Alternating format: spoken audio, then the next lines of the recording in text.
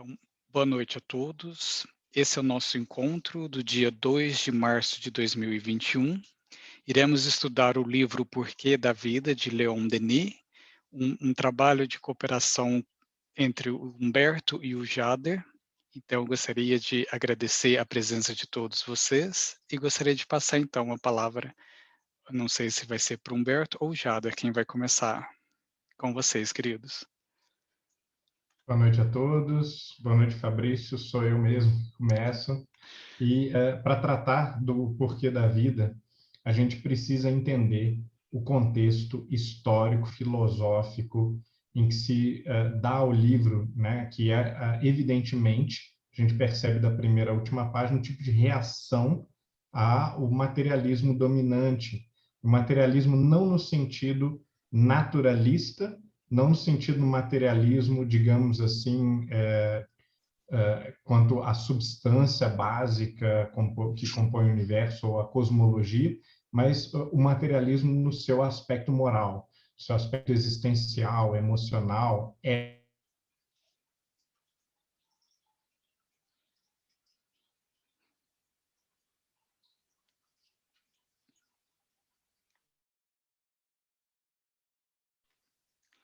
Acho que nós perdemos o Humberto. Vocês estão conseguindo ouvir o Humberto?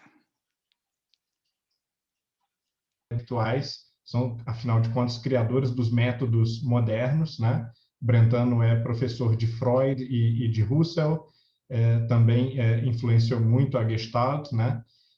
Por outro lado, Dilthey é o intelectual supremo do final do século XIX, que vai basicamente estabelecer os critérios orientadores das ciências humanas, o significado, inclusive, de ciências humanas em contraposição às ciências da natureza. Então, esses intelectuais são exemplos de intelectuais engajados no combate ao niilismo, estão tentando ali descobrir alguma alternativa para, de certa maneira, salvar a filosofia, salvar os valores orientadores da vida, promotores de sentido para a vida.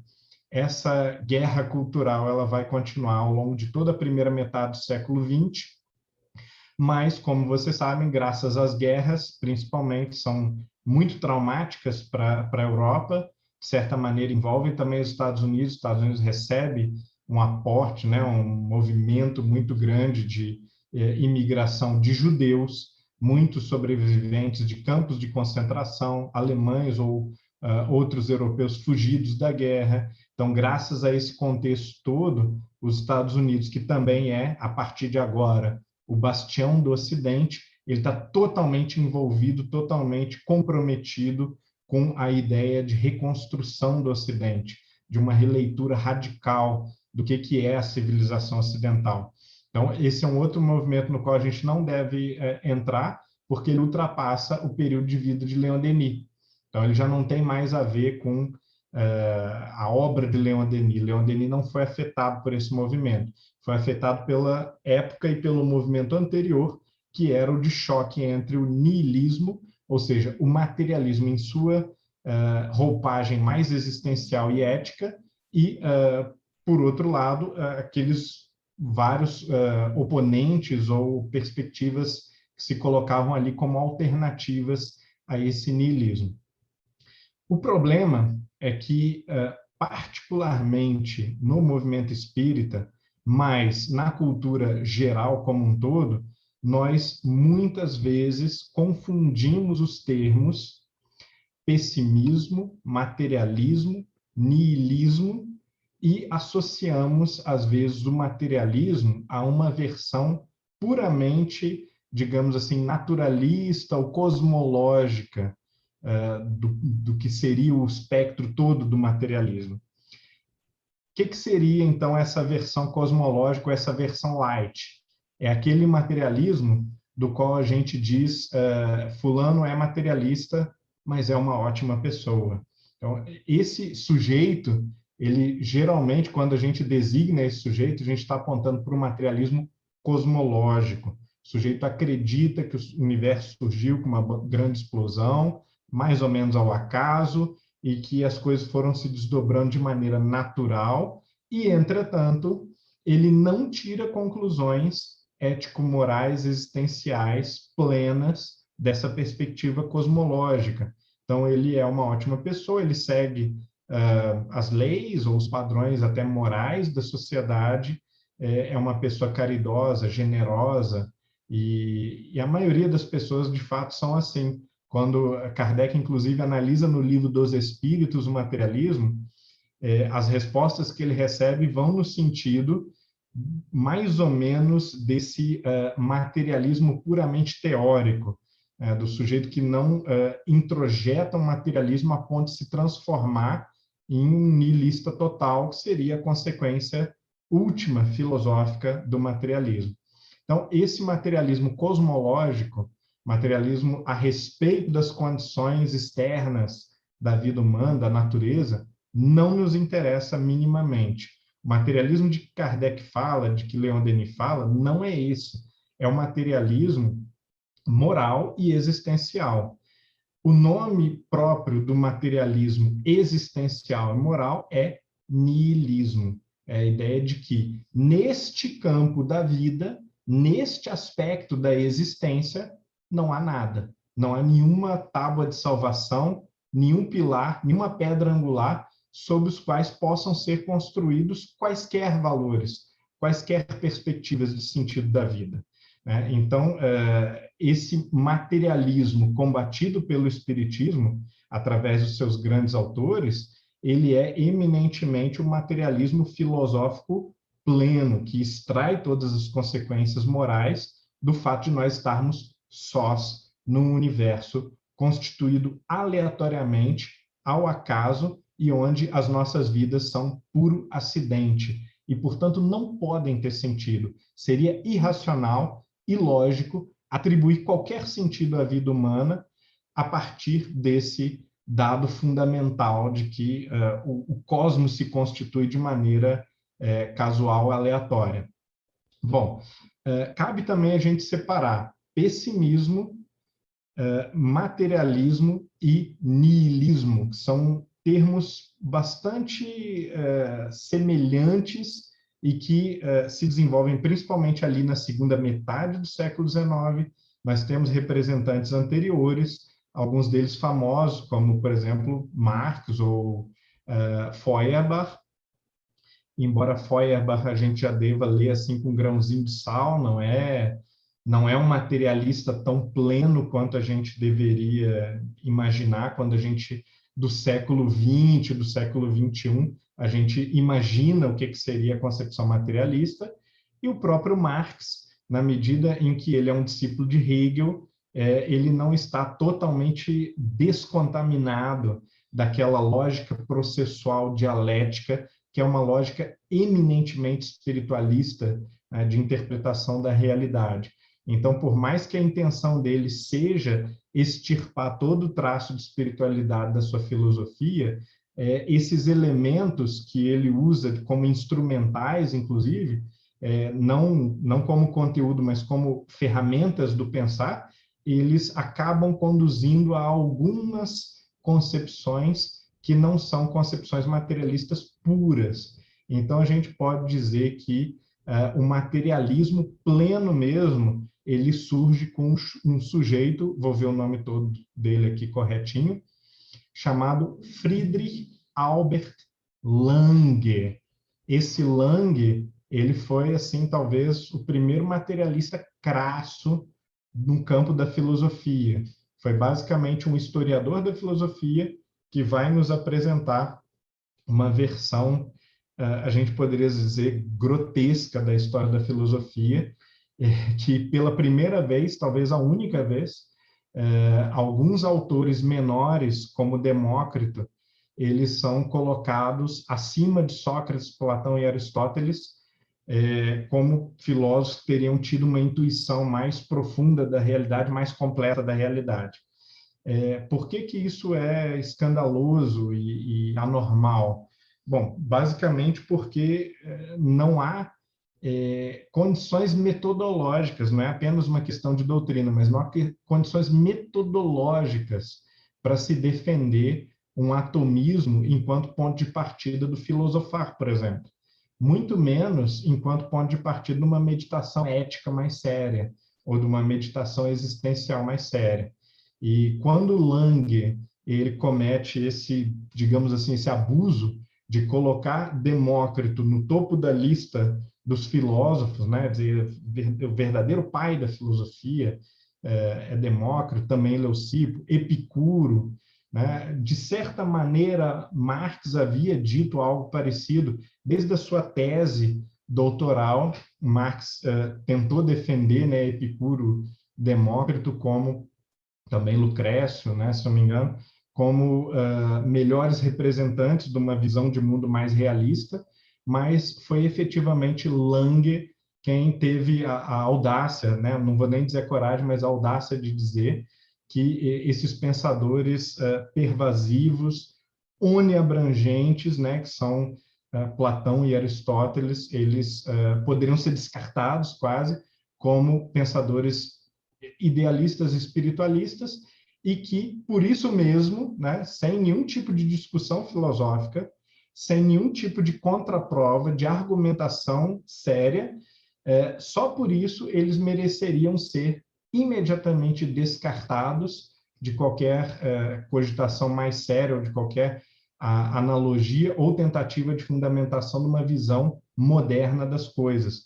Porque, de acordo com a ciência, diz o nosso amigo Lange, né, que não é nem bem um grande filósofo, nem um cientista, de acordo com a visão moderna, o mundo ele seria constituído puramente pela matéria.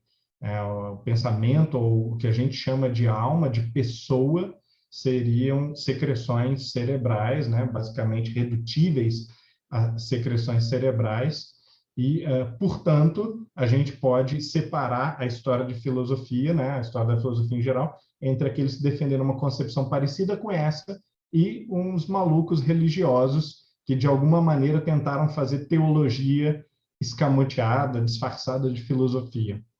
Muito bem. Paralelo a esse movimento de Lange, foi um autor que foi levado a sério por um número muito limitado de pessoas, mas algumas delas importantes. Por exemplo, uma pessoa que levou a sério o livro de história da filosofia de Lange foi Friedrich Nietzsche, né? Nietzsche também não era primariamente um filósofo, ele era um sujeito que, de certa maneira, se alçou a si próprio a condição de filósofo a partir da sua especialidade, que era a tragédia grega. Ele era um analista de peças de teatro grego, de poesia e de literatura grega, contratado pela Universidade da Basileia, por exemplo, uma cadeira de filologia, o que, a princípio, para a época, era razoavelmente distante da filosofia. Mas, a partir daí, a partir de obras como O Nascimento da Tragédia, as pessoas observam que ele tem uma veia filosófica, ele é um filólogo que olha para a filosofia, ou que tem em mente algum tipo de visão filosófica, de projeto filosófico, em paralelo com sua análise da literatura, e cada vez mais, até por conta do seu sucesso literário, como bom escritor que ele vai aos poucos ganhando terreno dentro da filosofia, dentro da cultura em geral do século XX, né? Um pouco depois até da sua morte ou do fim da sua carreira produtiva. Lembrando que os últimos 10 ou pouco mais de 10 anos, Nietzsche não produz, porque ele é acometido por doenças mentais muito graves e termina os seus últimos anos num sanatório, né, com disfunção mental muito grave, praticamente total, a ponto de não conseguir interagir com as pessoas mais, conversar. Bom, bem antes disso, nós temos ali no começo do século XIX uma outra coisa que tem a ver com materialismo, mas que as pessoas confundem e, de fato, não é materialismo, que é o trabalho Schopenhauer. A visão de Schopenhauer ela é, numa palavra, pessimista, mas não é materialista. O que a gente pode chamar de niilismo seria o estágio final de desenvolvimento de um casamento entre o pessimismo, do qual o melhor representante é Schopenhauer, e o materialismo, do qual o melhor representante, pelo menos na Alemanha, seria Lange, né? Nós temos também o Huxley na Grã-Bretanha, um representante também sério e que afetou profundamente a academia britânica da época.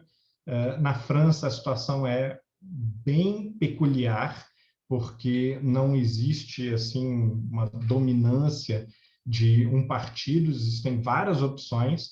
Dentro dessas opções, há algumas mais materialistas, outras menos, outras, claro, antimaterialistas, mas para a gente deixar assim um esqueminha didático, a gente pode dizer, a partir do caso alemão, né, que o casamento entre o pessimismo de Schopenhauer, por exemplo, e o materialismo de Lange, ele vai culminar no niilismo de Nietzsche. Bom, então o que seria o pessimismo? Por que ele não é materialismo? Basicamente, ele não é materialismo porque Schopenhauer ainda concebe uma constituição metafísica da realidade que não é uma constituição material. Há uma força da vida, uma vontade, uma energia vital que é a causa primária de todas as coisas, e essa causa primária Schopenhauer chama de vontade com V maiúsculo. Não é um espírito, não é um intelecto, não é uma força inteligente, portanto, a gente pode dizer com certo conforto que não é Deus, mas também não é algo de oposto ao espiritualismo, no sentido de ser a matéria, porque essa coisa ela tem características eminentemente subjetivas ou espirituais, como, por exemplo, é vivente, é uma vontade, ou seja, uma força orientadora, uma força, inclusive, desejante, né, do cosmos. Bom, acontece que não sendo racional, não sendo inteligente, esta força ela é cega. E sendo cega, ela é amoral. Ela não pode estabelecer divisões de certo e errado, de bom e mal, de melhor ou de pior. E ela tanto produz os filhotinhos, né, dos quais a leoa cuida carinhosamente, quanto ela produz os dentes do leão dilacerando a jugular da gazela.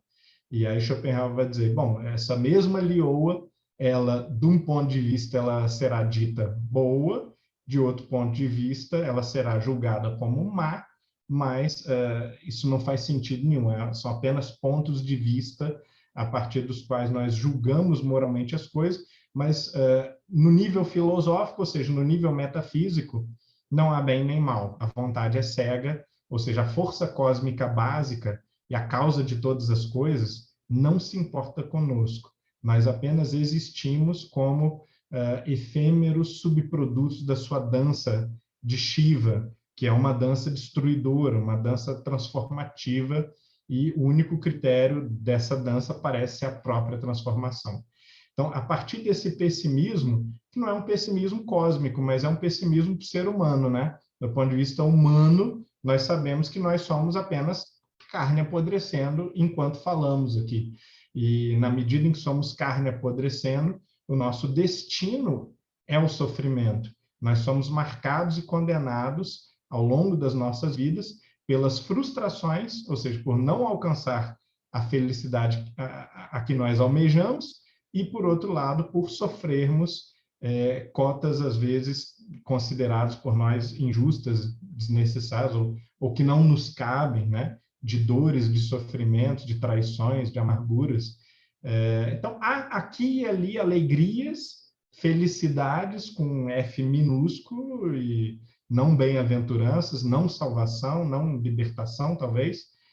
Uma libertação deveria ser mais ao estilo oriental para Schopenhauer, quer dizer, uma espécie de negação da realidade, uma espécie de negação dessa fonte de todas as coisas que pulsa no meu peito, que me faz desejar loucamente uma coisa atrás da outra, sem nunca descansar numa satisfação eterna, numa bem-aventurança eterna, ou num estado de graça.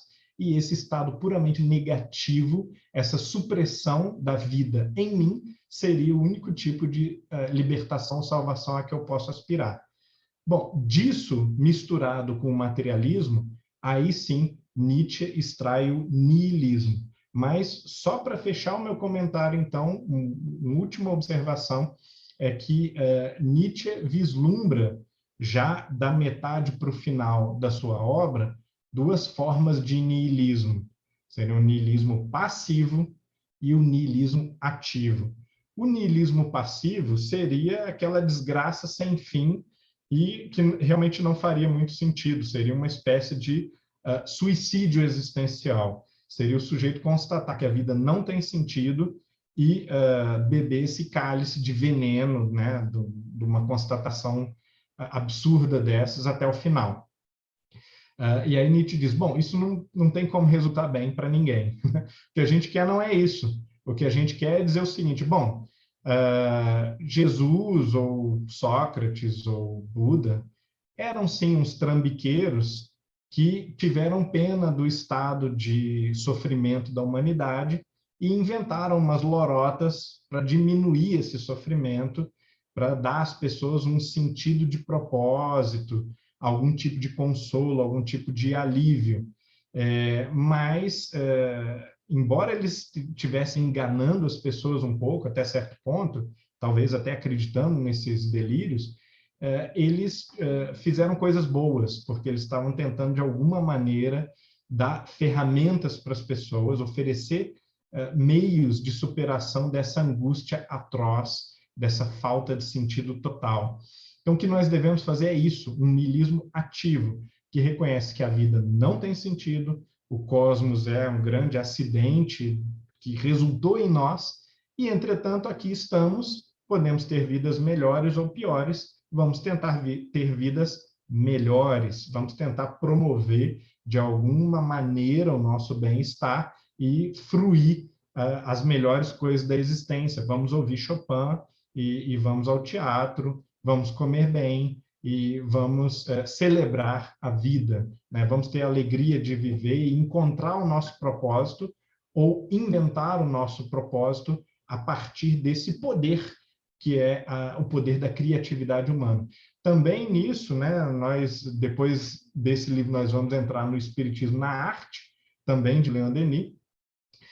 Nesse cometimento, os artistas são muito importantes. São os artistas que nos trazem desse estado de desconsolo para algum tipo de proposta fictícia, mas que produz em nós o gozo, o divertimento, a distração, algum sentido de elevação legítimo, né? Ele não vai dizer que não há sentido legítimo de elevação, mas algum sentido de elevação possível para as nossas vidas. Então, vou ficar por aqui observando a importância de separar cuidadosamente esses movimentos e também não reduzi-los demais. Gratidão, Humberto. Agora a palavra com você, Jader. Você está num silencioso. Fabrício, quando você puder, por favor, habilita a apresentação. Tá? Eu acabei trazendo alguma coisa aqui para nós.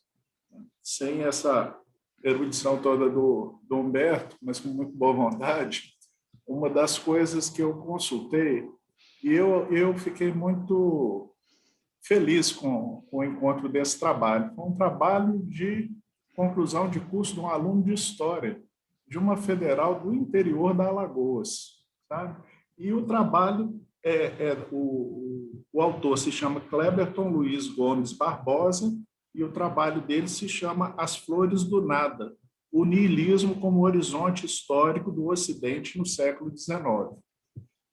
Eu consultei uma série de outros livros, outras fontes, mas o Cleberton é um historiador que a gente pega a mão e ele leva a gente pelo século XIX em direção ao niilismo. Então, me pareceu uma leitura muito rica, uma leitura, inclusive, fácil, né? Que dá para a gente, para todos nós, mesmo sem a formação em filosofia, acompanhar o pensamento do autor. Eu não vou defender se está certo, se está errado, porque me falta qualidade e informação para isso, mas me pareceu bem fundado o trabalho do Barbosa. E ele tem uma frase que eu queria colocar do lado do subtítulo do Leon Denis, e que demarca bem a ideia do niilismo. E o niilismo está muito presente para nós na psicologia. Ele diz assim, na página 11 do trabalho dele: nascemos sem motivo, vivemos sem sentido e morremos em vão. Então, essa é uma outra visão que a gente pode ter do niilismo, como sendo assim o máximo do máximo do máximo do ceticismo. Tá? O conhecimento é impossível, nós somos praticamente nada, tá? E para entender esse nada, se o Fabrício conseguiu me ajudar aqui, eu trouxe uma visão de mundo do tempo de Galileu, que a gente ia falar na última ou penúltima reunião. Deixa eu ver se eu consigo colocar o Galileu na tela. Conto com você, Fabrício, eu sei que vai dar certo. Tá disponível já, é só você... Eu preciso botar no modo de apresentação primeiro, botei. Agora eu venho aqui no Alt Tab, volto, vou lá embaixo, Share Screen, não é isso? Isso, Share Screen. Aí eu acho o Galileu aqui no meio de um monte de coisa. Tchan, está mostrando? Está. Então, olha que coisa interessante esse modelinho aqui. Eu não conhecia esse modelinho. Quando a gente for estudar como a fenomenologia pode ajudar a compreender o método de Kardec, nós esbarramos nisso aqui. Tá? Então, aqui interessa que essa era a visão de mundo que existia antes de Galileu, obviamente discordada, tá, por um ou dois astrônomos da época. Tá? Então, aqui a gente vê que a Terra está no centro do mundo, do universo conhecido, os planetas giram ao redor da Terra. Eu não sei se vocês conseguem ler as coisas que estão escritas aqui nessa imagem, tá? Mas logo ao redor da Terra circula Mercúrio, depois Vênus, depois vem o Sol. Isso não é estranho para nós? É dessa forma que eles enxergavam essa realidade. E depois do Sol girava Marte,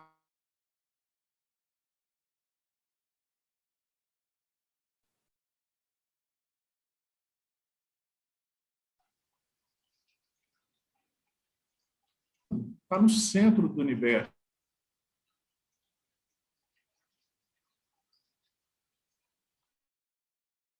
O universo gira ao redor de nós. Tá? É quando os astrônomos começam a fazer cálculos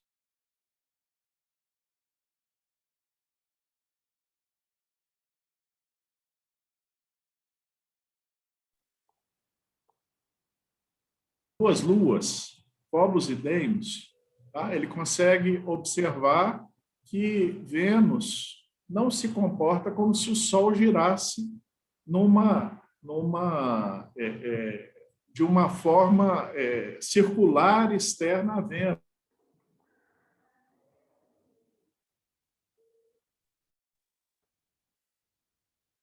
As explicações que esse modelo dava, elas começam a não ser mais explicações sustentáveis diante daquilo que ele via, que ele conseguia observar. E ele vai fazer as anotações de tudo que vê e qual a conclusão que ele chega, que é um sistema solar com o Sol no centro, um heliocentrismo, tá? É a Terra girando ao redor do Sol, tá? Planetas girando em órbita, que aí já não é Galileu, mas mais à frente, acho que Kepler vai descobrir que as órbitas são elípticas e com satélites ao redor deles. Ou seja, a realidade era muito diferente da realidade que se acreditava e na qual a igreja se sentia à vontade para autorizar ou não autorizar, para estar presente. Tá? Disso, quem entende mais de história da igreja é Humberto. Então, eu não vou entrar nesse caminho. Vamos em direção ao niilismo. Mas isso aqui é uma saída interessante para a gente começar a ver o niilismo. Deixa eu voltar para ver todo mundo. Como é que eu consigo ver todo mundo, Fabrício? É só você dar um stop. Stop share. Estou vendo todo mundo, que bom. Pelo menos um terço de todo mundo. Aí, então, o que a gente vê? Que algumas crenças que eram muito consolidadas na Idade Média, elas começam a ser questionadas.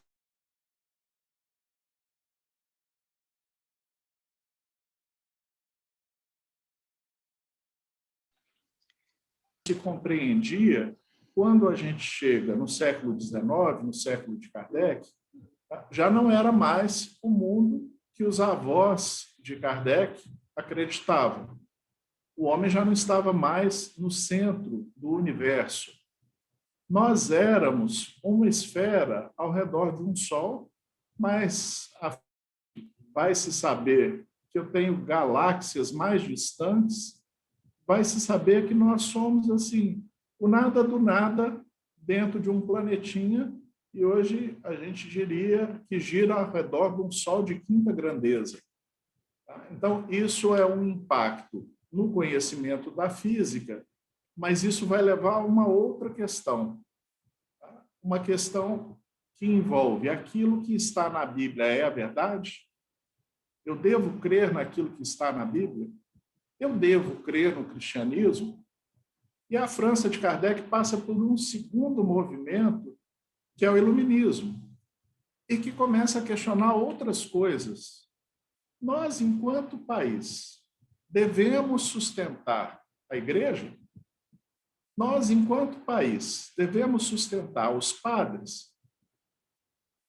Tudo bem que eles sustentam a educação, mas essa educação que eles dão é uma educação válida, já que muitas coisas que eles acreditam estão sendo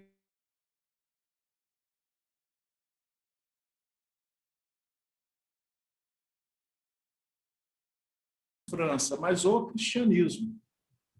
Eu acho que já falei na outra reunião, recomendei que se lesse a autobiografia do Camille Flammarion, nosso jovem astrônomo que trabalhou com Allan Kardec na Sociedade Parisiense de Estudos Espíritas. No início da biografia dele, quando ele fala da infância, ele vai se recordar de todos os erros que ele encontrou, do ponto de vista das ciências naturais, os erros que ele encontrou na escola em que ele estudou, que os padres ensinaram para ele.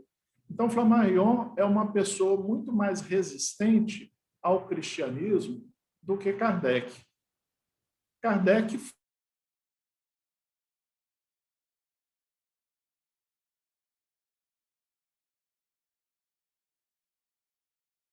a presença da igreja não conseguiu ser retirada com a Revolução Francesa. A Revolução Francesa queria fazer um ensino laico, lembram dessa questão? Posta. Mas fez-se a Revolução e não se tinha professores, dinheiro, tempo para formar os professores. Então, a Revolução Francesa continuou contando com a participação da igreja no ensino fundamental e médio. E a igreja entendia que deveria ensinar para os cidadãos franceses não só conhecimento, mas também valores. Kardec, na sua época, vai fazer toda uma crítica à estrutura da educação como era feita pela igreja. Ele acha que eles estudavam muito grego, ele acha que se estudava muito francês, ele questiona as origens da educação do trivium, do quatrivium, que eu me lembro ter estudado no passado na história, né? Na história da educação. Então, o que a gente vê é que, com o passar do tempo, a gente tem uma mudança de visão de homem, um questionamento do cristianismo como uma fonte de valores. Na França, que é onde a gente vai encontrar Kardec e Leon Denis, tá? E eu encontrei alguns conceitos de niilismo. Então, olha só, a Baianos foca em doutrinas que se recusam a admitir realidades ou valores. Então, a realidade espiritual é uma das que vai ser negada no ápice do cientificismo que a gente já estudou aqui, que é o positivismo. só existe a matéria. Não existe o princípio espiritual, só existe o princípio espiritual. Somos corpos. E com o avanço da biologia, quando chegamos em Darwin, ele vai dizer mais. Ele vai dizer, somos um animal como os outros. Estamos inseridos na cadeia da classificação dos animais. E não somos muito mais do que os outros. Devemos ser pensados como animais. A criação não se deu como se encontra escrito literalmente na Bíblia. As espécies se modificam por causa da luta pela sobrevivência. Então, toda a observação que ele fez nas ilhas aqui na América do Sul, que depois o Wallace vai fazer também na América do Sul, no Pará, no Amazonas, e depois no arquipélago malaio, vai descrevendo que, à medida em que os ambientes são diferentes, os animais que têm determinadas características, os que têm, por exemplo, um bico grande, aves que têm um bico grande para poder capturar vermes que estão dentro da terra, sobrevivem num local que está cheio de vermes. Aves que têm um bico como o de papagaio para poder cortar sementes sobrevivem numa ilha cuja fonte de sobrevivência, de alimentação delas, seja exclusivamente as sementes. Então, eu posso ter aves da mesma espécie, já classificadas. Essa classificação é de 1 século antes de Darwin.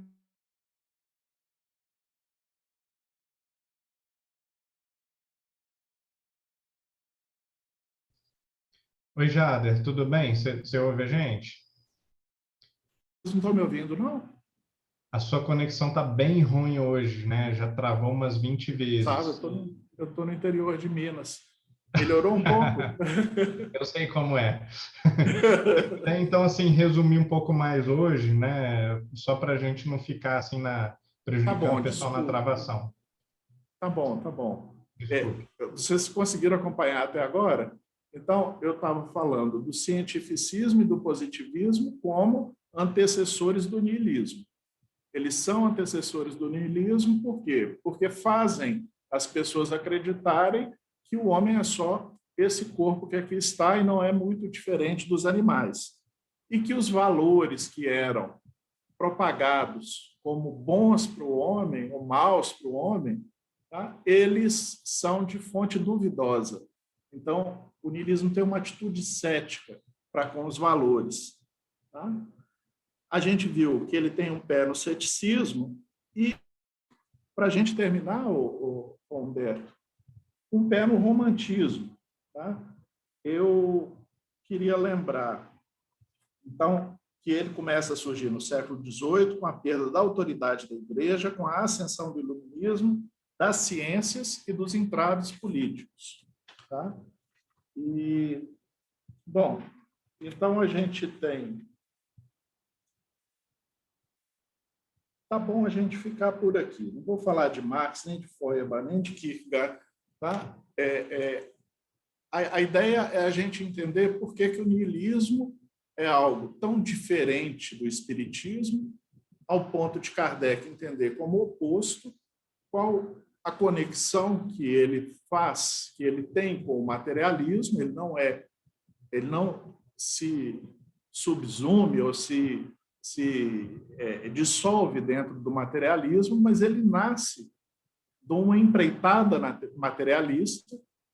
Como que ele atinge o corpo e a alma, tá, dos seus nihilistas? Tá? E eu queria mostrar um caso que ilustra um pouco essa história da perda de valores. Essas coisas que a gente está falando no século XIX parecem distantes de nós, mas elas são presentes nos dias de hoje. Eu nasci no interior de Alagoas, então eu imaginei o autor do trabalho, aí fantasiei aqui da minha cabeça como tendo nascido numa cidade pequena, com todo um sistema de valores, com todo um sistema de realidade, com toda uma explicação sobre o que é a vida, com a valorização da família. e ele sai e vai estudar numa universidade. Quando ele sai e vai estudar na universidade, ele toma contato com uma experiência, uma forma de vida totalmente diferente daquela que ele vivia. Ele pode entrar numa crise de valores. Agora, imagine, nós estamos num mundo que está todo conectado. Eu estou conversando com um grupo que tem uma pessoa de Portugal, né, Ana? Tem uma pessoa da Inglaterra, que tem uma pessoa de Minas Gerais, tem outra de São Paulo, tem gente de diferentes lugares, capazes de acessar a diferentes realidades, vivendo em sociedades diferentes. Isso dá mesmo uma mexida nas pessoas de uma forma geral. Para quem não acredita em Deus, imagina pensar ou tentar dar significado a algo como a pandemia que a gente está vivendo agora. Milhares e milhares de pessoas desencarnando. Ele entende que nós somos não mais do que um animal, então estamos morrendo com que sentido? Sem sentido. Qual é o sentido de toda essa morte? Nós ainda, no Brasil, ainda temos um sentido, que é se indignar com as ações que o governo fez para poder prevenir a desencarnação em massa que a gente vem acompanhando e que a gente vem vendo nossos amigos fazerem. Mas se a pessoa acredita em Deus, ela pergunta por que ele permite isso? Qual o significado disso? Qual o sentido disso? E é exatamente esse ponto que o Denis vai tratar no livro O Porquê da Vida. O subtítulo do Porquê da Vida é quem somos, de onde viemos, para onde nós vamos. Lembram da frase que eu falei do autor lá, do historiador, que ele fala assim, a resposta que ele tem para essa pergunta é: nascemos sem motivo, vivemos sem sentido e morremos em vão. Olha que coisa triste. Imagina levar isso à sua máxima consequência. Então, deixa eu ver se dá tempo. Não dá tempo não, já são 16h16.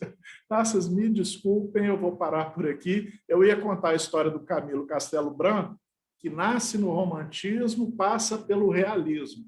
E eu queria mostrar a história dele encarnado, porque nós espíritas já lemos a história dele depois de desencarnado. Tá? Mas aí fica para a próxima, não, Humberto? Desculpa, Fabrício, eu perdi a noção do tempo aqui, eu vou falando e vou me empolgando. Perdão, tá, Humberto? A gente está no tempo, fica tranquilo. Pessoal, então agora quem quiser fazer alguma pergunta, fazer interação com o grupo, você pode levantar a mãozinha. Eu queria falar com o Jader. Ô, Jader, o que você trouxe desse trabalho, dessa pessoa que apresentou, né, sobre essa existência tão vã, né, vamos dizer assim, eu me lembrei, eu não consigo saber de onde que eu li, mas dizia assim: quiseram que eu vivesse, nasci, deram-me amor, cresci, mostraram-me a vida, sorri, quando fui vivê-la, morri.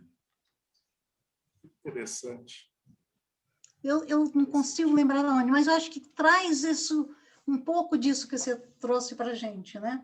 Me parece um pouco mais romântica. Não sei o que o Humberto pensa. Essa ainda tem um quê de romantismo. Ele só está achando a vida curta, né? Mas ele não está negando os valores. Concorda, Cristina? A vida é sem sentido. Ele só fala assim, na hora que eu entendi a vida, morri. E aí, Humberto? Bom, eu sou suspeito, né? Eu sou um romântico, né? Eu me entendo como um romântico. Né? O que caracteriza o romântico? É aquele clima eterno dos elfos de Tolkien. É uma nostalgia, uma saudade desesperadora do passado. Aliás, saudade só existe em português, né?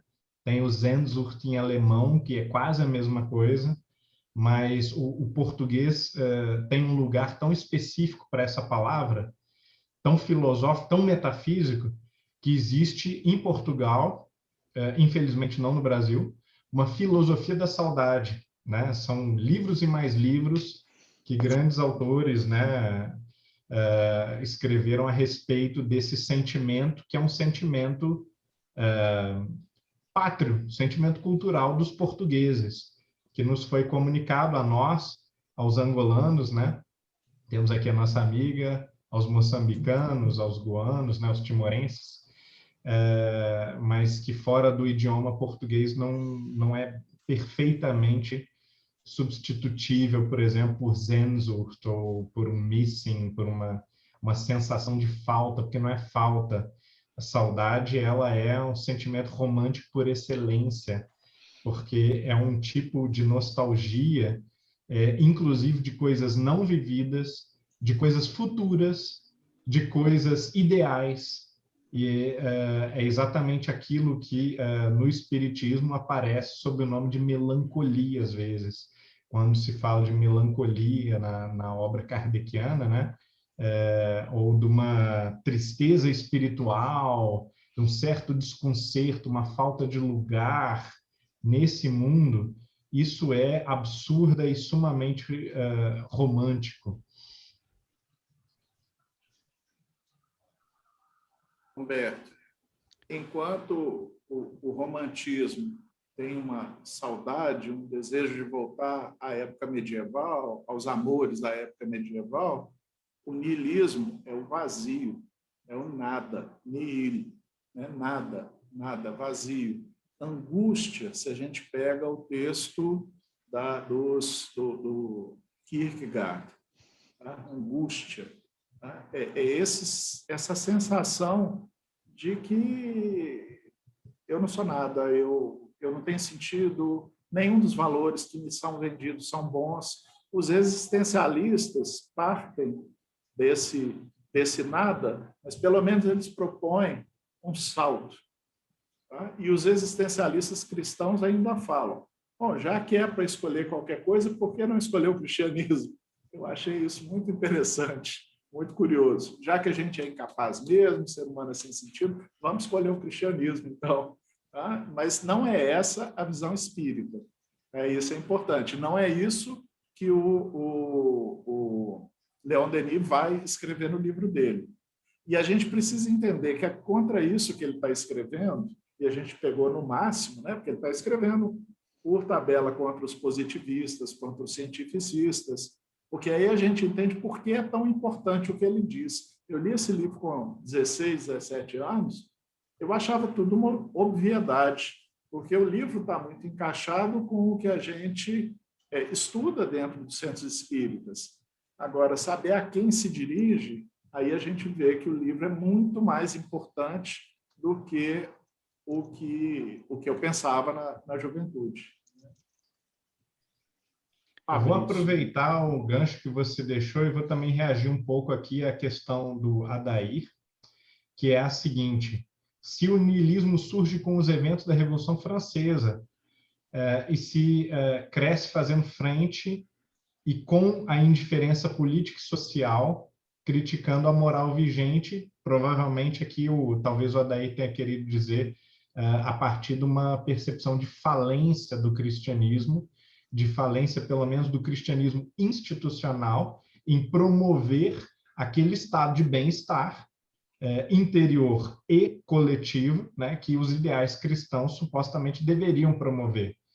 E que tem muitíssimo a ver também com a crítica de Nietzsche, por exemplo, né? Quer dizer, a crítica de Nietzsche no sentido que ela não é uma revolta edipiana contra o pai pastor, né, de família de pastores, na medida em que não é um ato de rebeldia de um sujeito que estudou muito pouca teologia e que também tinha algumas lacunas sérias na sua educação filosófica e tal, mas assim, com todos os perdões que o nosso amigo merece, né, todos os descontos, ele está certo na medida exata em que existe uma emulação teatral do cristianismo. E essa emulação teatral, ela não apenas não é suficiente para promover o nosso bem-estar íntimo e o bem-estar sociocoletivo, né? Social e coletivo, mas também é uma forma de inautenticidade, falsidade, hipocrisia que gera nojo, com toda justiça, com toda com toda razão, né? Produz em nós uma espécie de asco, de aversão, porque o sujeito ele no privado age como não cristão e em público ele dá lição, ele palestra, ele é moralista. Quer dizer, esse tipo de defeito da sociedade cristã, né? Não vamos nem dizer do cristianismo, acho que talvez a gente possa resumir o erro de Nietzsche ou o erro da Revolução Francesa também como confundir e identificar cristianismo e a tradição cristã. As instituições, as igrejas, a sociedade nomeadamente cristã, mas que não entendeu e nem viveu a mensagem de Jesus, né? E nesse sentido a gente pode observar que o próprio Kardec, em muitas passagens, ele é bastante iconoclasta, bastante rebelde contra essa tradição cristã, essa cultura cristã, a ponto de que hoje, em alguns segmentos da nossa vivência como espíritas, como praticantes do espiritismo, sei lá, nós somos muito mais ortodoxos, muito mais tradicionalistas e pré-kardecianos do que Kardec. Então, nós temos também, aí, claro, vou dar um exemplo da cultura brasileira, que é um exemplo que isso é óbvio, a Constituição Católica da alma brasileira, a Constituição ibérica, medieval, portuguesa da alma brasileira, ela nos volta a todos, né, para um tipo de vivência do cristianismo que é muito peculiar e que não encontra muita ressonância na França, por exemplo, e talvez menos ainda na Inglaterra, por exemplo. Mas faz todo sentido no Brasil, acho que faz todo sentido em Portugal, não sei em quantos outros lugares, mas imagino que na América Latina e na Península Ibérica isso faça muito sentido, porque são culturas marcadas por uma centralidade absoluta do cristianismo institucional, da Igreja Católica, né? Que não viveram nem a Reforma, nem o Iluminismo de uma maneira equivalente às nações maiores, né, da Europa, e que são caracterizados por isso, por terem passado por uma reforma ou por um processo de iluminismo, como tanto a França quanto a Alemanha e a Grã-Bretanha. Então, isso marca uma diferença radical e que não é um problema, tá, gente? É algo que precisa ser entendido e ser aceito, né? Essa é a nossa especificidade. É deste lugar que nós falamos, né? É uma nação evangélica, no sentido de... não no sentido do uso popular do termo, mas no sentido de que o evangelho está no nosso DNA, tá? Seja teatralmente, seja essencialmente, intimamente, né? Profundamente, mas nós não conseguimos ultrapassar essa Constituição facilmente falando a partir do Brasil, ao passo que quando o sujeito está na Inglaterra ou na França, isso é muito mais fácil, né? Essa ruptura, ela se deu ao longo de vários séculos. Então, isso tudo precisa ser observado. Na Alemanha, por exemplo, talvez a Revolução Francesa ela tenha algo a ver um pouco também com isso, né? Porque os intelectuais franceses eles estavam perfeitamente conscientes de que na Grã-Bretanha e na Alemanha existiam movimentos muito diferentes dos que estavam acontecendo ali naquele momento, final do século XIX, quando a França era, de certa maneira, atrasada em relação a essas outras nações, e tanto a sua aristocracia era mais centralizadora, tinha mais poder, quanto também o seu clero era mais, digamos assim, monolítico, né? E havia censura na França, coisa que praticamente não havia na Inglaterra, na Holanda, na Alemanha, nos estados alemães, claro, protestantes, nos estados católicos um pouco mais, mas às vezes até nos estados católicos alemães ou na Áustria havia uma censura menos dura do que na França.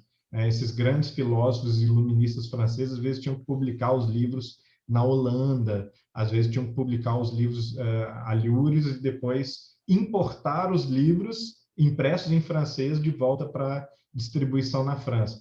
Então, esse contexto é um contexto que produziu um ódio muito específico à religião, ao cristianismo, ao catolicismo. Né? A gente, bom, isso aqui é um assunto para outras várias horas de conversa, né? Não vamos ficar muito nisso, mas isso, sem dúvida alguma, tem a ver esse grito de liberdade e o fato dele ter sido direcionado não só à nobreza, mas também ao clero e à Igreja Católica especificamente, isso tem muito a ver com o processo de desenvolvimento do materialismo, do niilismo na França, né? Ignorando também as especificidades dos outros lugares. E é a partir desse cenário onde a religião está tentando sobreviver e não se impor mais, né? Que Kardec vai escrever. E Leon Denis, mais de 30 anos depois, ele vai escrever em uma França onde a religião ela virou um detalhe na vida das pessoas. Né? A França de Leon Denis ela é mais parecida com o Brasil assim do século XXI do que com o Brasil daquela época. Então, a gente tem que imaginar uma sociedade já laicizada, secularizada, uma sociedade onde havia um percentual já considerável de ateus e muito maior, muito maior, sempre foi muito maior, o número dos sem religião, dos não afiliados. O sujeito tem alguma concepção genérica de Deus, mas não tem religião ou doutrina ou igreja. E, de certa maneira, Leon Denis farejava isso e queria resgatar esse público, pelo menos, de volta para uma concepção positiva de uma vida espiritual com sentido, com ordenação, com racionalidade intrínseca, com valores. Gratidão, Humberto. Nós temos 3 pessoas aguardando para interagir com o grupo. Fulk, pode falar, querido.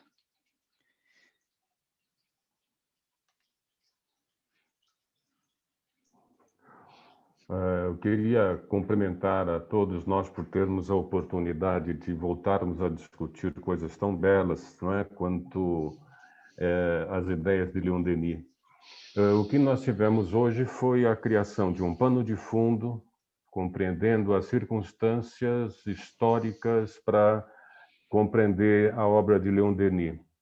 Entretanto, o que eu queria colocar aqui para reflexão é que esse mundo que existia no século XIX continua sendo bastante o nosso mundo de hoje. Um jovem, quando entra numa universidade, e o Jader falou sobre isso, quando ele entra numa universidade, ele aos 22, 23 anos, está lendo Marx, está lendo Schopenhauer, está lendo Nietzsche, sobretudo, se ele for para a área filosófica. E essa mocidade egressa do movimento espírita tem pouca oportunidade de, no seu ambiente espírita, ter uma construção do seu conhecimento doutrinário para chegar a esses ambientes universitários e receber essas informações de maneira crítica. Esta pode ser uma das razões de uma dificuldade de se manter os jovens espíritas dentro do espiritismo. A leitura de Denis, a leitura desses outros autores básicos não estaria faltando para compor essa possibilidade de uma visão mais crítica na nossa juventude? A quem você dirige a pergunta, Luiz? Jader, cabe um pouco a você, um pouco Humberto, enfim. A questão acho que é interessante e foi abordada pelos dois. Eu acho que sua questão é perfeita. É o que eu vivi na universidade. Tá? A gente tinha uma sobrecarga. Eu fiz psicologia há 30 anos, nos anos 80. Então, a gente tinha uma sobrecarga de autores materialistas, de base derivada das ciências biológicas. A gente tinha professores que duvidavam até da psicologia, ou que colocavam a psicologia a serviço ou como efeito do corpo somente. A gente lia autores existencialistas, a gente lia autores... Assim, a carga de leitura de autores materialistas era imensa. E até alguma coisa mais próxima de nós, como o existencialismo cristão, a gente não lia. E eu ficava assim, mas por que a gente não lê os existencialistas cristãos? E as pessoas que debatiam com a gente dentro da universidade não conhecem o pensamento espírita. E o pensamento espírita é muito bem elaborado.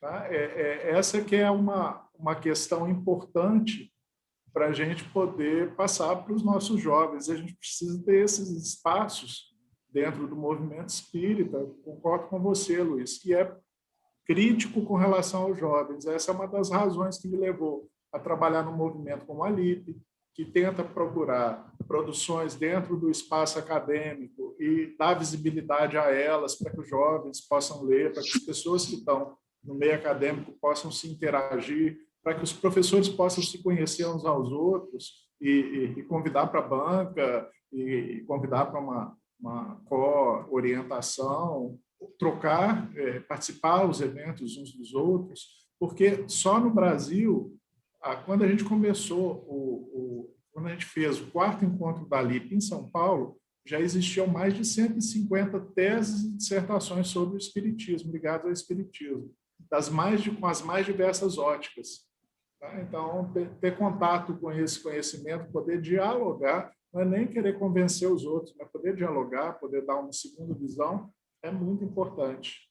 No nosso estado aqui, eu posso falar do nosso estado, há uma preocupação imensa com a evangelização, o que eu não acho incorreto, de jeito nenhum. Tá? Mas e o aspecto filosófico e o aspecto científico do espiritismo? Tá? Esses dois aspectos são muito importantes para alguém sobreviver a uma universidade no dia de hoje. Então, você ligado à LIP, Humberto ligado ao núcleo lá na Universidade de Juiz de Fora, o NUPS, né? Sabemos da produção enorme acadêmica ligada ao espiritismo, mas, como se diz, isso não chega na ponta. As instituições espíritas parece que não se interessam em trazer esse tipo de conhecimento por algum tipo de erro de avaliação, vamos dizer assim. Eu pessoalmente, eu sou ligado às pessoas das mais diversas tendências e orientações.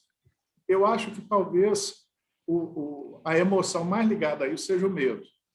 Sim. Medo de convidar alguém que vai falar alguma coisa, que possa criar um diálogo, que possa criar um desentendimento dentro do meio espírita. E aí, então, se eu estou organizando um evento, eu vou naqueles que eu considero que estão mais alinhados com a minha forma de pensar. Às vezes, as pessoas nos convidam, eu passei por isso há um tempo, eu não vou dizer o tempo para não identificar onde, em que antes da palestra a pessoa me disse o que eu deveria falar. Eu falei, mas convida e não confia? Como é que é isso? Eu acho que é medo, é principalmente medo. Tá? E a gente não... eu acho importante que as organizações espíritas possam fazer isso com maturidade. Não façam isso também de forma... de qualquer jeito, porque tem que ser feito. Mas é a minha percepção pessoal. Eu vou reagir muito rapidamente, porque eu concordo 100% com o Jader. Acho que no próprio diagnóstico do Fuchs, ele já meio que é isso, né? Quer dizer, essa é a resposta mesmo, né? Eu acho que não é um problema local do movimento espírita, é um problema universal. As religiões todas estão desesperadas com a evasão de fiéis, com a perda de fiéis, exceto aquelas religiões que não estão preocupadas em explicar nada. Aquelas que estão assim, que vendem a mensagem que, olha, não interessa, se entrega a Jesus e pronto, ou então você acredita nesse livro aqui e tal. Então, quer dizer, existe uma facilidade maior de proselitismo quando você não assume para si o ônus terrível e pesadíssimo de explicar a realidade, de constituir uma filosofia que seja realmente sistemática e abrangente o suficiente para explicar todos os aspectos da vida humana. O espiritismo, ele meio que assume esse ônus, e ele tem que pagar o preço por ter uma tamanha pretensão. Por outro lado, diante da corrosão, né, da estrutura cósmica, da ordem moral do universo, da ordem lógica do universo, da ordem do discurso racional, do debate, o que resta? Não resta nada, ou você aceita a destruição total, ou você assume essa tarefa hercúlea, essa tarefa que é um pouco impossível, que é um pouco além das forças humanas, e torce para que haja forças super-humanas, né? Além das forças humanas, auxiliando e direcionando de alguma maneira essa obra, porque é uma obra de fato monumental, né? Muito, muito grande. Então, nós não podemos ter pressa diante de uma tarefa dessas. O que é uma tarefa de reconstituir a civilização, a cultura, a razoabilidade?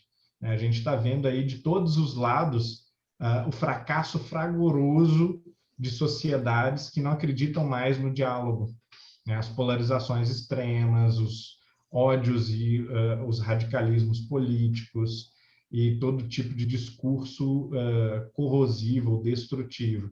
Bom, o que a gente pode fazer? A gente, na minha opinião, na minha mera opinião, a gente não pode fazer o que outras instituições ortodoxas fazem, que é criar um index prohibitorum e dizer, olha, não leia Marx, não leia Nietzsche, não leia Schopenhauer, isso faz mal para você. Leia apenas coisas mais açucaradas. Pelo contrário, nós devemos ler todas as coisas e reter o que é bom. E reter o que é bom é que é o ó do borogodó, é a parte difícil da coisa. Isso exige justamente uma capacidade maior, tem um custo, porque você se angustia, você fica em dúvida. Então, a vida de fé de quem raciocina, ela é uma vida mais conturbada, ela é uma vida com solavancos, ela é uma vida em que você tropeça e fica em dúvida e se angustia legitimamente um grande número de vezes. É muito mais fácil você seguir aquele perfil mais linear, imposto, né, numa catequese, do que você pensar assim, poxa, esse cara aqui ele é bem imoral, mas tem algum sentido no que ele está dizendo. Porque em alguns momentos, na minha autoanálise, eu vejo que eu também sou um bicho, né? Eu também sou um animal apenas. Eu apenas sou um ser biológico reagindo a estímulos de comida apetitosa. Todos os estímulos aqui, os bichos estão sujeitos sem a mediação da razão, sem forças superiores para lidar com isso. E aí a gente entende os nossos aparentes heróis, ou heróis de fato, né, do movimento espírita, da história do cristianismo, que surtam, que vivem crises, que entram em depressão, que se matam, né? E o sujeito que tem a visão mais poliana, ele não é capaz de equacionar isso. Aí ele vai dizer, isso aí, esse cara nunca foi espírita. Ele sempre foi um cara que viveu assim teatralmente o espiritismo, mas para fazer uma coisa dessa, a mensagem não entrou nele.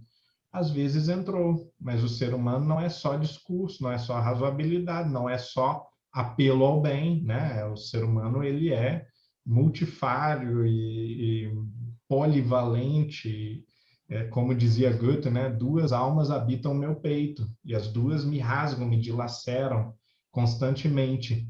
Uma quer impoluta retornar às alturas, de onde ela sente que veio. A outra quer, com toda a paixão, se agarrar, se acorrentar às coisas terrenas.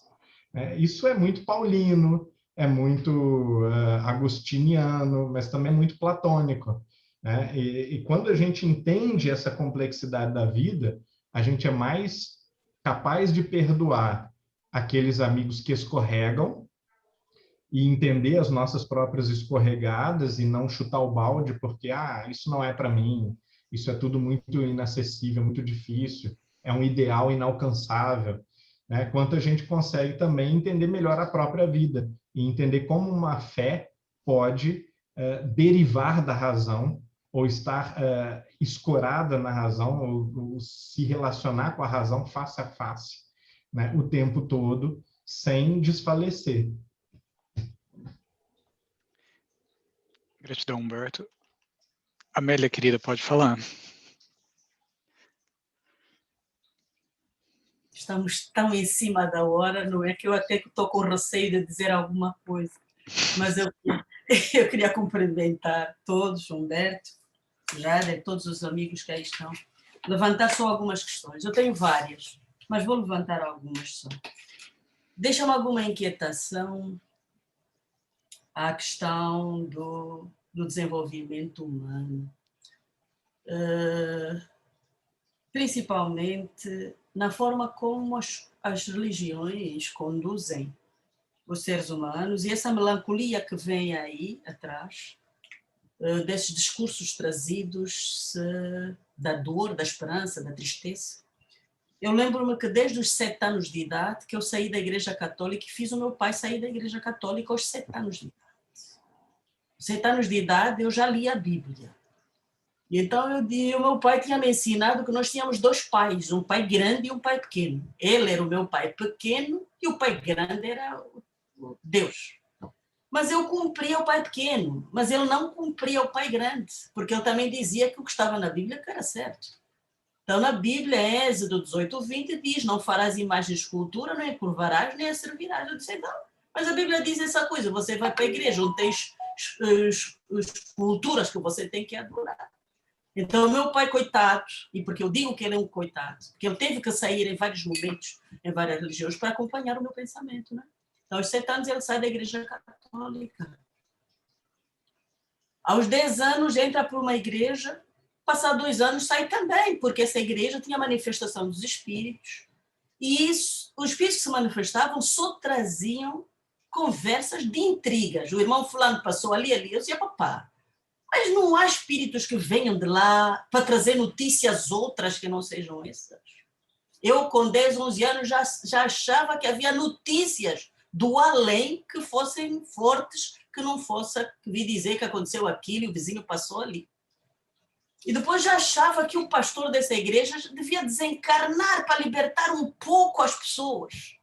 Mas aos 12 anos, muito triste também, eu dizia, papai, eu quero mudar de mundo. 12 anos. Considerava-me um extra e queria mudar do mundo. E o meu pai, triste, dizia, minha filha, mas mudar do mundo é morrer. Eu dizia, não, papai, não é morrer, é só mesmo mudar de mundo. E os mais velhos diziam, quem morreu, morreu. E eu dizia, não, papá, não há quem morreu, morreu. O papá acha mesmo que a gente nasce, vive, arranja amigos, só porque teve um acidente ou porque teve uma malária, morre, acabou, acabou. E vejo-me hoje como psicóloga sempre a fazer o mesmo raciocínio como professora. Vamos pensar, procurar o pensamento. Como professora psicóloga, eu na minha turma, com 15 religiões, faço com que os alunos entendam que cada um é livre de estar na que quer, mas respeitando-se, porque há onde ter necessidade de trabalhar uns com os outros. Gosto do Leon Denis pela questão da educação. A doutrina espírita, para mim, é um processo de libertação mental, só isso. Entendo que o conhecimento da doutrina espírita liberta o indivíduo das nossas amarras. E não para criar aquela questão, que eu peço desculpas se eu vou magoar alguém, que o espiritismo no Brasil é muito louvado, a religião espírita. No meu entender, é criar proselitismo, é de fato... enfim, ser inimigo da doutrina espírita, a gente catalogá-lo como uma religião, então já não chega a toda a gente. No meu projeto social, que tenho 6.500 pessoas a estudar, eu não faço evangelização. Eu coloquei a doutrina espírita na escola como uma filosofia espiritual, em que os professores são os que são trabalhados do ponto de vista da pedagogia e eles trabalham com os estudantes normalmente como uma disciplina convencional. Por quê? Porque eu quero que a doutrina espírita se espalhe por toda a gente sem ser dividido, porque é mais uma religião que é mais aquilo. E aqui em Angola nós tivemos muito sofrimento. A fé tem que ser bem raciocinada. Não pode ser aquela fé que Deus é que sabe, Deus é que sabe. Não, isso já não funciona. Aqui tem que se pensar. E uma das grandes pedagogias que eu entendo que existe na Terra é a doutrina espírita. Então, essa questão da saudade, Humberto, efetivamente está nos cânones portugueses, mas em Angola, fundamentalmente. O que a gente sente é que, por exemplo, a questão da saudade é ausência que não é uma ausência longínqua, até pode ser uma ausência de pouco tempo, a gente sentir a falta daquela pessoa. E comigo é o inverso, é a saudade do além, saudade de não sei o quê. De repente entrar numa saudade que as lágrimas caem e eu fico perguntando, meu Deus, saudade de quê? E entendo que nem é saudade de estar no planeta Terra, é saudade de mais além, para além do planeta Terra. Então, o tempo é muito pouco, eu gostaria que a gente conversasse mais um pouco, mas era só essas considerações que eu gostaria de colocar. Dizer que a vida é um verdadeiro jogo. Eu fiquei viúva aos 25 anos, perdi marido e filha no mesmo dia num acidente de carro. Não era espírita. E naquele dia eu dizia assim, porque já tínhamos morrido o irmão no dia seguinte em que fazia-se um ano, morreu outra irmã. Eu dizia assim, ou Deus não presta, ou os homens explicam mal. Nessa altura tinha 18 anos. Quando anos depois morre marido e filha, eu digo assim, eu vou à procura do Deus que me criou a mim e não o Deus que os homens criaram. Esse Deus nervoso, raivoso, que penaliza seus filhos. A vida é assim. Ela é bela. Obrigada. Excelente, amiga. Jader que reage um pouquinho, eu vou só dizer o seguinte, eu concordo com a filosofia portuguesa, que diz justamente essa saudade sem objeto, né? Que não é a saudade de fulano, a saudade de um lugar, costuma ser a saudade do infinito. Nós, criaturas finitas, nós sentimos uma carência que é uma carência não psicológica, uma carência metafísica, uma carência do transcendente. Só é aplacada quando a alma está cheia de uma infinitude que é impossível a gente produzir nós mesmos, né? Que é o encontro com a fonte de todas as coisas. É exatamente isso, né? Quer dizer, isso aí não é religião, mas se a gente quiser chamar de religião, porque é um nome que ajuda a gente a fazer conexões com outras coisas que levam a este mesmo fim, tudo bem. Mas é o sagrado, o transcendente, o espiritual no humano, né? E que a gente não sabe classificar, porque a gente começou a separar essa coisa, ou esse lado do nosso espírito, das religiões há 200 anos. E, por outro lado, a gente tem 4.000 anos de tradição, de identificação total entre essa experiência do sagrado e as religiões, e os sacerdotes, e os templos. E essas coisas elas só aconteciam juntas, não aconteciam separadas. E só agora a gente está começando a entender como é que isso é possível. E Kardec estava na crista dessa onda, dessa transição. Eu acho que é por isso um pouco que a gente continua lendo Kardec com os nossos atavismos de 1.000, 2.000 anos atrás.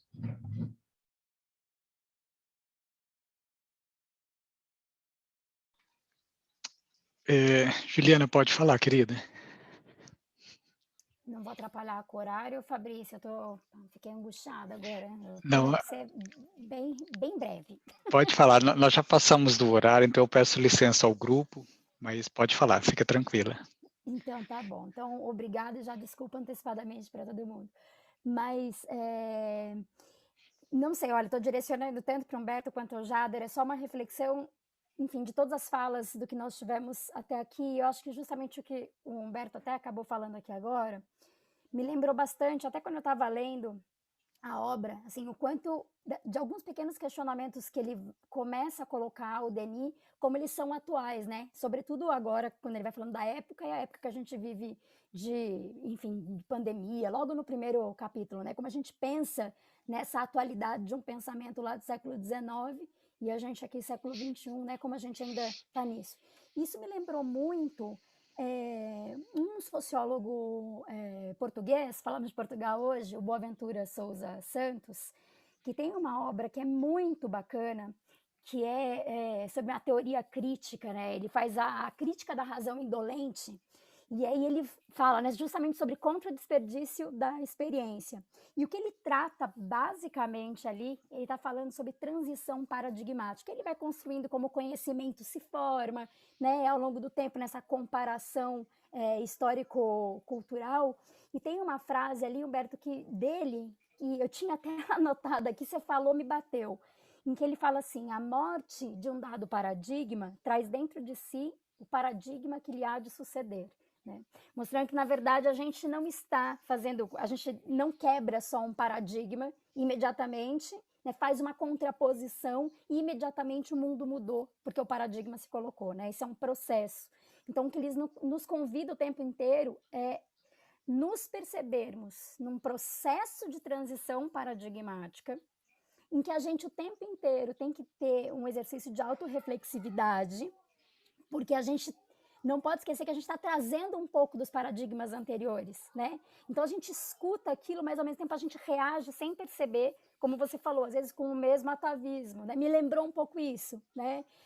E é até engraçado porque ele usa uns termos que ele fala que a gente, por exemplo, tem um tipo de conhecimento que é um conhecimento que é regulatório, e eu contraponho socialmente com um conhecimento emancipatório. Então, eu acho que a hora que eu vou emancipar, eu vou quebrar o paradigma da frente e tudo vai se resolver. E, no fim das contas, esse emancipatório acaba se tornando a nova regulação. Né? Então, a gente não chega nessa emancipação.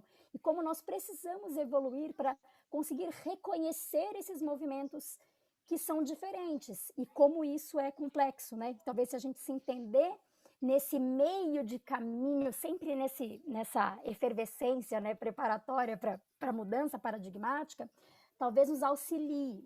Então, eu não sei se isso de alguma maneira faz sentido para vocês, porque o que ele vai, no fim das contas, questionar é que instrumentos é que nós utilizamos, né, para fazer isso. Né? Ele não vai falar dessa questão nem moral e muito menos religiosa, enfim, vai falar de política, vai falar de ciência, vai falar de direito, mas eu fico vendo aqui das nossas discussões como falta, né, a gente usar essa questão da moral para que seja um instrumento, para que nos auxilie a compreensão dessa transição paradigmática. Enfim, não sei se eu falei, enfim, eu dei uma viajada aqui, mas eu queria saber se para vocês, se isso de alguma maneira faz algum sentido. Acho que não deu viajada nenhuma. O que você está falando é basicamente o seguinte: de uma forma intersubjetiva, natura non facit saltus, né? Quer dizer, não há ruptura na natureza. A ordem, ela é sempre uma ordem de transição harmônica. E mesmo as revoluções, elas são gestadas a longo prazo, né? As consciências já estão mudando, e o que a gente vê fisicamente como uma revolução ou como uma ruptura, na verdade, é o processo de aparição ou de manifestação material de transformações emocionais, ideológicas, conscienciais, podem ter 200 anos, podem ter 50 anos, podem ter 1000 anos que estão acontecendo, né? Só que a gente acredita no salto, né? No salto quântico, né? Para usar uma piada com o pessoal que gosta de fazer analogias quântico-místicas, né? E que o homem velho vira homem novo de uma hora para outra. Então, quer dizer, na nossa mente mais infantil, a gente gosta desse quadro. Mas aí a gente lê um Paulo Estevão, por exemplo, e a gente viu que, pô, não tem esse salto de uma hora para outra, né? Você conhece o Estevão, conhece a Abigail, conhece o Gamaliel, né? Aí, quando você percebe que toda a história de vida do Paulo encaminhou ele para aquele momento, você entende que aquelas várias sementes foram plantadas, tiveram tempo de germinar, mas não tiveram tempo de serem reconhecidas. Aí você entende a transmissão, o momento catalisador da experiência espiritual, da aparição de Cristo, né? Seja lá como for aquele momento que a gente entenda, ele vai catalisar um processo que estava acontecendo, ou que estava sendo estancada, aquela energia psíquica, né? Um termo excelente do Jung é esse, né? Às vezes você tem como reprimir uma energia psíquica, mas o crescimento dela mesmo vai gerar uma impossibilidade de repressão, de sustentação do estado de coisas, e as coisas vão acontecer como devem acontecer em algum momento específico. A gente congela o momento, fotografa e chama aquilo ali de o processo inteiro de transição. Esse é o problema, nossa fraqueza cognitiva mesmo, fraqueza de entendimento das questões, eu acho. O que você acha, Jader?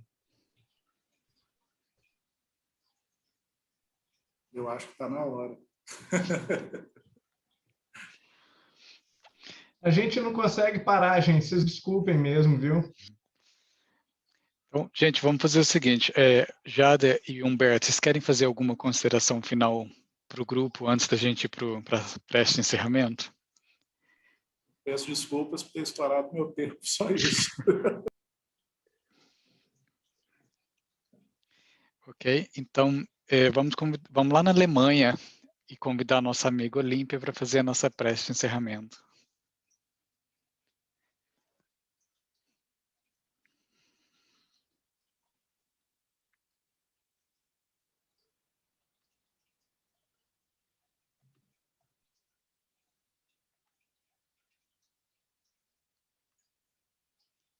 Olímpia? Desculpa, Fabrício. Então, mergulhados todos nós nessa sintonia de troca, né? Do busca do conhecimento, busca de entender a complexidade e o longo processo deste contínuo das buscas da nossa melhora através do conhecimento da filosofia, através do conhecimento da moral, esta moral do Cristo, né? Através de tentar compreender todo este conteúdo de conhecimentos que Allan Kardec nos trouxe, elevamos os nossos pensamentos de gratidão a todas essas forças que aqui se reúnem para que nós possamos compreender e ter paciência conosco mesmo e aceitar esse processo interno que precisamos fazer em busca da nossa evolução moral.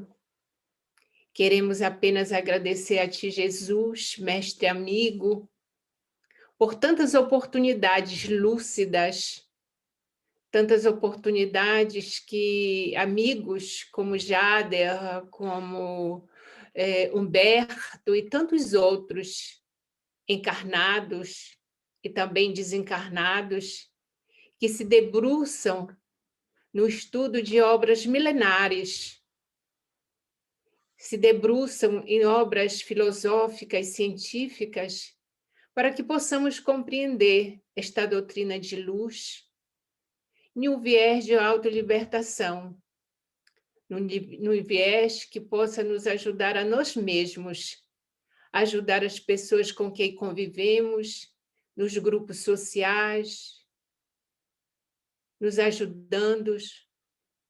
Ó bom Mestre Jesus, o nosso pensamento neste momento é só de gratidão. E te pedir um pequeno pedido e grandioso, que não nos deixes jamais buscar a luz da razão, a luz da fé, para que possamos compreender o teu princípio ético, que quando tu vieste aqui na terra nos deixastes as bem-aventuranças.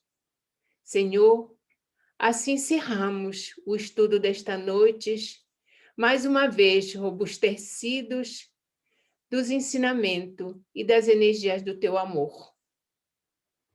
E assim encerramos o estudo desta noite de hoje. Amém.